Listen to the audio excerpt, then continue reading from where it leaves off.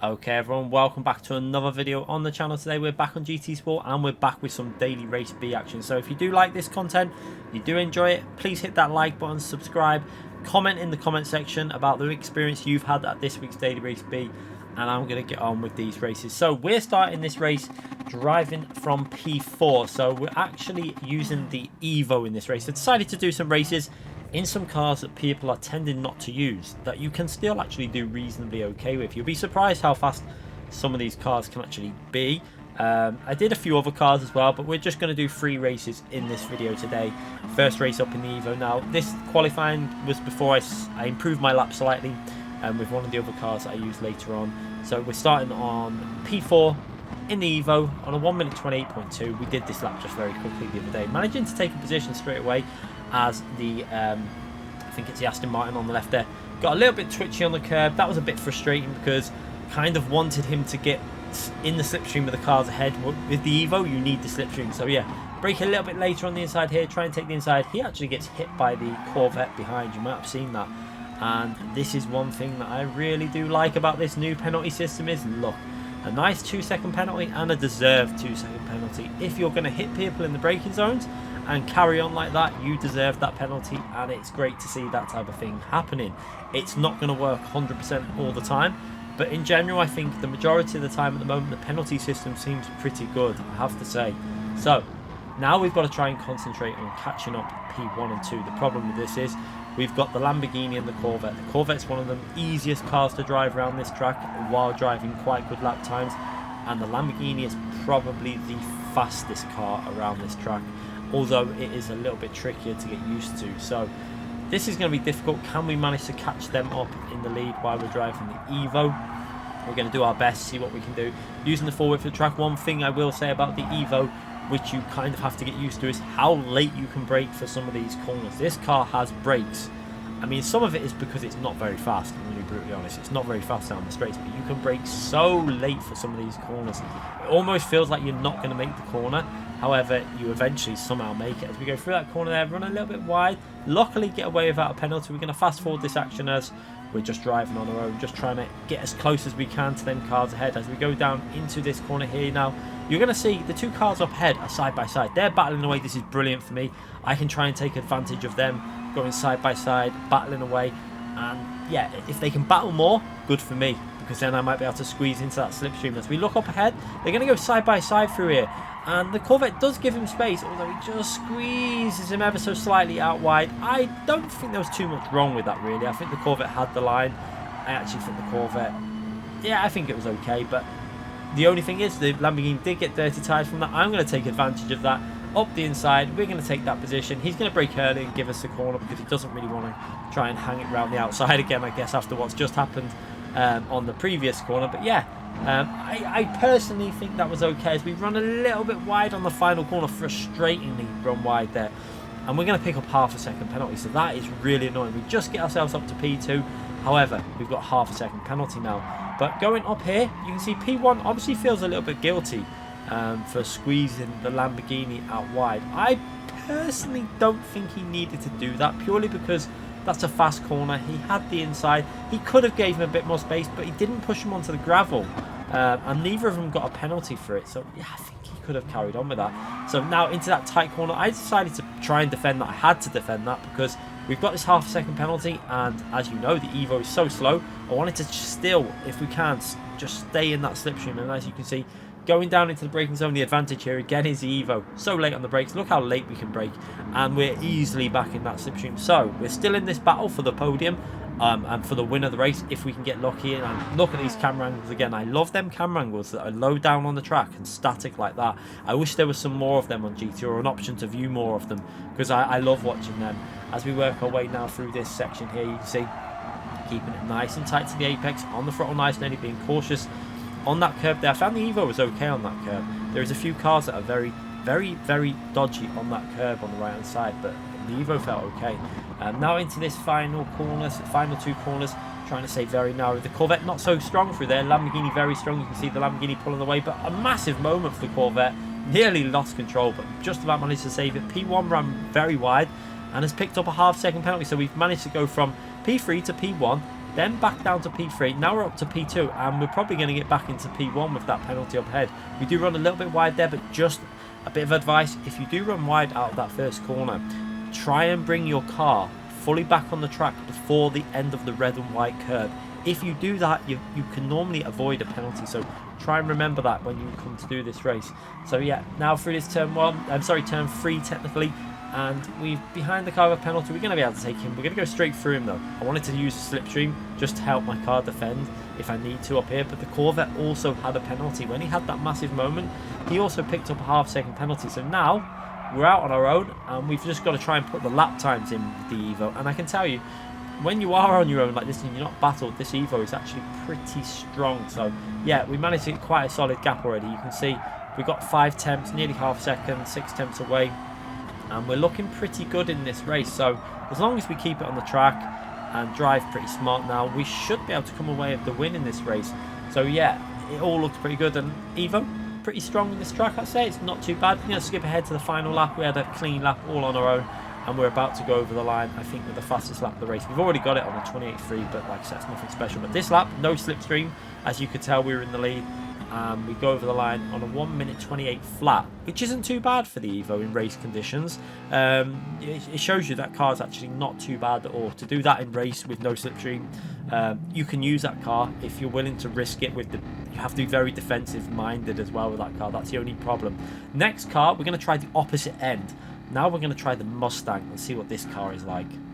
And as you know, most people on GT Sport know that the Mustang is a very, very, very fast car down the straights. However, it doesn't always suit every track. However, I will say this: I only did a few laps this. We'd already driven the Evo on stream the other day, so I kind of knew how that handles. So going through turn 1, you can see there, doing it quite nice in the Mustang. Mustang felt very stable. I was quite surprised with this car. It actually suits this track. I think if I put time in with this car, it could be very good. If we go for that little fake and then a double fake to the left, we're going to try and get an undercut. But look in the mirror here, the Spanish driver just completely just uses me as a wall. Kind of frustrating when people do that. And annoyingly, this is one time that the penalty system didn't quite pick it up, and I think it's because the way he grazed along our car. He basically just knew what he was doing. He saw us going for that move and just went flat out, accelerated into us. One of the most frustrating type of overtakes that, like, in my view. But yeah, we're not going to let that bother us. We're going to get on with the race. I'm not going to get revenge on him. We're just going to carry on. And normally, what I will say is, if you don't react to drivers like that, a lot of the time is stuff will happen and they will get their karma. And yeah, just let the race carry on, because if they drive like that, they're normally very erratic and very aggressive, so tend to get penalties anyway. So yeah, don't react, carry on. Annoyingly, as we went through them sections, we kept getting bumped by that Aston Martin. You can see behind us, not there, that's okay on the straight, but through the corners he kept bumping me in the braking zones, which was a little bit frustrating. But I don't think it was deliberate. I think it was just a few mistakes that he was making in the braking zones where he was just hitting the rear of our car. But now we've managed to get a little bit of a gap now to the Aston Martin, so now we can try and concentrate on getting some smooth runs in now through some of these corners with the Mustang, which, as I said, it's pretty good here. You can see it's very good on the first curve as well. And top speed, this car is insane. It's probably one of the best cars to give you overtaking opportunities at this track. So if you do want to get used to this, go in time trial, give yourself some experience with it. And what I will say is it can brake incredibly late for such a big, powerful car. And it also handles pretty good. One thing you've got to get used to through that turn 3 and some of the corners is like first gear, holding the revs to a certain point, then early upshift to second gear. But if you go too early on the upshift to second gear, it can cause you issues. As we fast forward the action now a little bit further on in the lap, and we're going to go through these final corners at the end of lap 2. You can see the two cars up ahead very close together, the two Spanish drivers. The lead driver is the driver that just used me as a wall, and he runs very wide through that final corner, and that suspiciously looks like he's going to get a penalty to me, and he does. He gets a 1.5.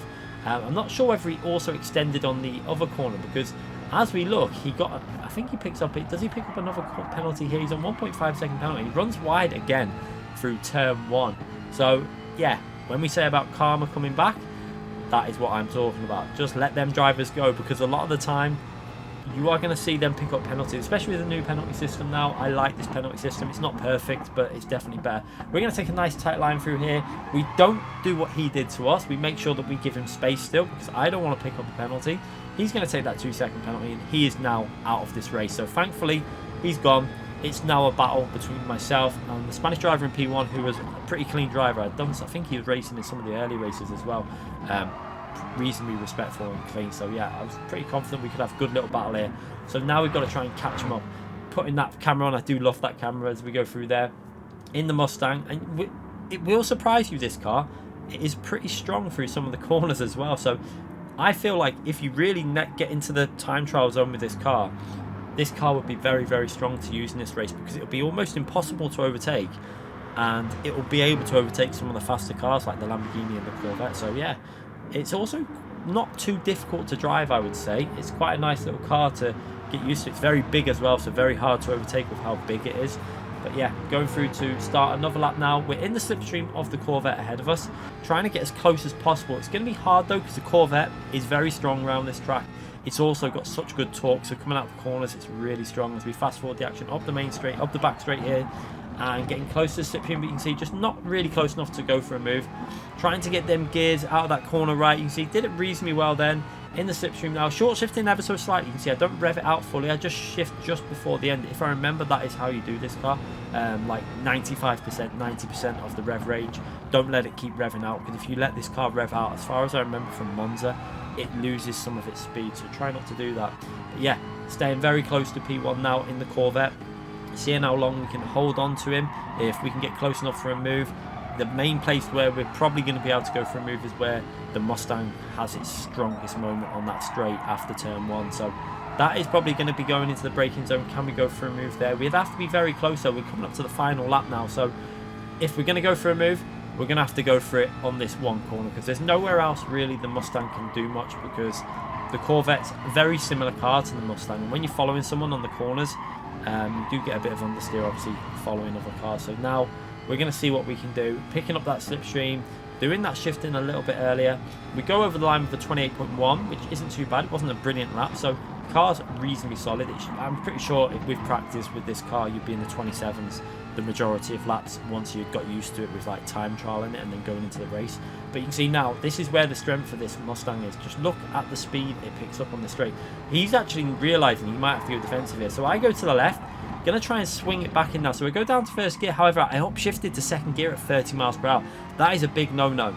It bogs down, and you can see I just did not get the acceleration out of the corner. I wanted to try and get the cut back, but that was my fault. I should have used first gear a little bit more, up to like 45 to 50 miles per hour, and then change gear. So yeah, we just didn't get it there.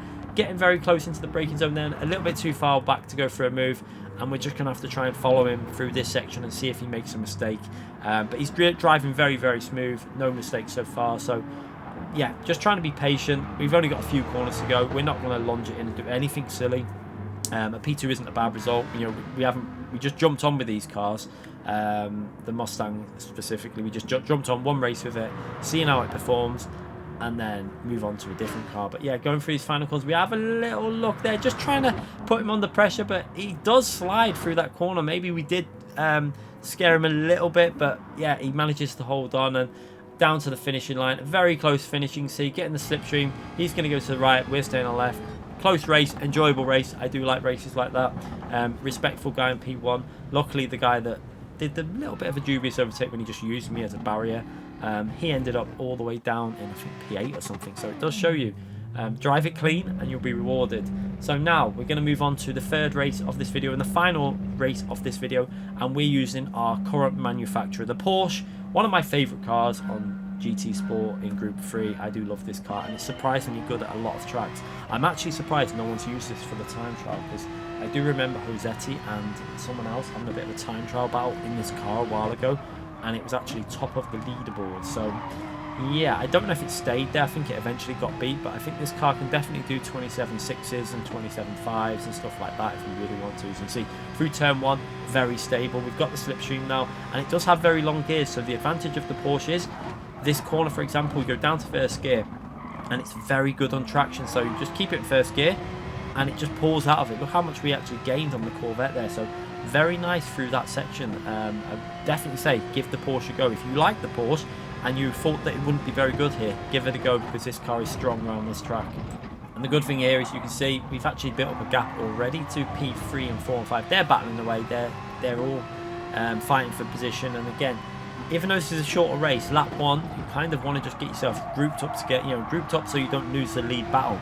The worst thing you can do is just, lose that lead battle straight away, lose the slipstream, but they've done that, and we've got a massive lead. You can see 2.2 seconds, they're really fighting hard behind us. Maybe at this stage, that's okay, as we have a massive moment on that curb. The Porsche is another car that I mentioned earlier. I think the Aston Martin and the Porsche and the Lamborghini can get a bit tricky on that curb as well, I think. Cars that can be caught out on that curb. I found the Corvette not too bad when I've driven the Corvette through there on the curb. Also, the Evo felt okay, and the Mustang didn't really have an issue. So I don't know if it's ride height on the cars that causes that, to do with bottoming out on that curb. But yeah, Porsche is another car you have to be a bit careful on the curb. But through the turn 1 curbs, Porsche is brilliant as we managed to pick that slipstream up, getting closer. But you can see the one issue with the Porsche, we don't really have that straight line speed going into the braking zone. We're going to see what we can do. We have a little look, try and scare him. No, he's not going to fall for that. Back down to first gear. Let's see how close we can get on the throttle. On that throttle nice and early. We get a little bit of a moment on the rear. Obviously, when you're behind another car, you lose that aero. And we got a little bit of a moment on the rear. But we didn't lose too much time. Still within 3/10 of him. And into the braking zone, we're a bit too far back here to go for any sort of a move. But we're going to try and stay as close as possible so that we can go for a move at some point in the lap. The closer we are, the more chance we're going to get into one of the braking zones. That's where we've got to do. We've got to hold, basically stuck to his rear. And then when an opportunity arises, take advantage of the Porsche strengths with the traction and the cornering grip and the braking, etc. Through here, the Corvette is very weak. I know that from when I drove it in the FIA race a long time ago. Its weakest section is that them few corners there with the fast flowing corners. Now through these final points, you see, fast forward in the action, and you can see we've got very, very close. And we're going to think about going for a move. We've got the slipstream. We're going to go to the right hand side. We're going to try and brake late, downshift to second gear, and hold that apex. He actually gives us the space. On the throttle, though, you can see he has a massive, he nearly does an Eagle Fragger there, which Eagle Fragger did in the actual World Finals. When you get on the curb, it's so easy to put the power down and lose the rear. But luckily for the Corvette, he saves it. But that does give me the ability to defend now into the braking zone without, I don't need to worry, because we can just take our normal line, and he's a little bit too far back. Then get on the power nice and early out there. We've got no dirty air now that's affecting the traction, and we get a nice little bit of acceleration out of that corner. So yeah, can we hold on to the end though? We're going to fast forward the action through this lap. You see, just trying to take it nice and smooth. The Corvette getting a little bit close every now and then, but not really close enough to go for a move at this stage of the race. We're skipping on to the start of lap 4 now, and you can see he's getting a little bit closer. He's going to try and get a smooth exit, but I managed to absolutely bottle that exit, and he also does a bit of a bottle there. Luckily, I brought the car back onto the racetrack while saving it before the curb, and we don't pick up that penalty. So you can see, is he going to go for a move here? I was pretty confident he wouldn't just lunge it. He seemed like quite a sensible driver. So I do like it when you've got drivers like that, because you know when you need to defend and you know when you don't need to defend. And with drivers like this, you can kind of say, well, I don't think he's going to go for that, and you just take your normal line and you don't lose too much time. So yeah, good to race people like this. He seems pretty respectful. He's driving clean. Now we just got to try and hold on to the finish on these last few laps. This is going to be difficult. The Porsche doesn't have the straight line speed that the Corvette does, but it does have a few advantages in other areas of the track. However, we are going to possibly have to start driving defensive. So we're going to probably end up losing a bit of time as we get a bit defensive in certain areas. Just going through here, trying to keep it nice and smooth. On the power nice and early. Luckily, we don't get that curb glitch, or well, I don't think it's a glitch. I actually think it's where the car's too low for that curb. But yeah, don't get it this time. Into the final section here. Keep it smooth on this final corner, and then we've got one lap to hold on to this P1 in the Porsche in Daily Race B. Can we hold on? This is the question. Just look in the mirror, you can see we're going to go to the right side. We're going to try and break that slipstream, then back over to the racing line, and you can see that Corvette is getting closer and closer with that slipstream. And then again through here, we managed to absolutely bottle it again, but luckily bring the car back onto the racing line just before the end of the curve again. And you can see we don't get a penalty because we do that. But yeah, not doing turn 1 very well at all, considering the Porsche is actually really good through turn 1. We're going to have to go defensive now into the braking zone. We're going to brake as late as we can down to first gear. We're going to have to hold the apex on the power as early as we can. Manage to get an okay exit. However, that Corvette is still very, very close. You can see behind us, he's going to get a massive drag and a run down the left-hand side. You can see he's going to go to the left-hand side, I'm going to stick to the right in case he thinks of doing the cutback. Moving on to the replay camera, you see we brake nice and early onto the apex, hold the apex on the throttle. He has a massive moment on the rear again where he's getting on the power. For it can happen so easy on some of these corners at Red Bull Ring. But yeah, great racing. He can't seem to get past Ace, very close through this fast section here. However, like I say, Porsche is pretty strong through here, so we should be okay as long as we can get a good exit. Let's see now. We don't really get that corner done well. A few bottle jobs here. Like I say, we just jumped on with no run on these cars and just, you know, for the entertainment value and seeing what we could do. And yeah, he's on the outside there. We're going to defend on the inside, hold down to second gear. You see how I downshift to second gear to try and burst that acceleration forward, and managed to hold on really nicely on them final few corners. So a really close race at the end there, and we take P1, and good fun racing with that Corvette driver. Respect for how clean he was as well. I really enjoyed that one. Another great race. So hopefully you a lot enjoyed these races. I know I enjoyed doing them, and I'm really enjoying doing these videos again. I have to say I'm really motivated to get these videos back on the channel. So make sure you hit that like button, subscribe to the channel, and make sure you hit the notification bell so you do not miss any future videos. Thanks again for watching, everyone.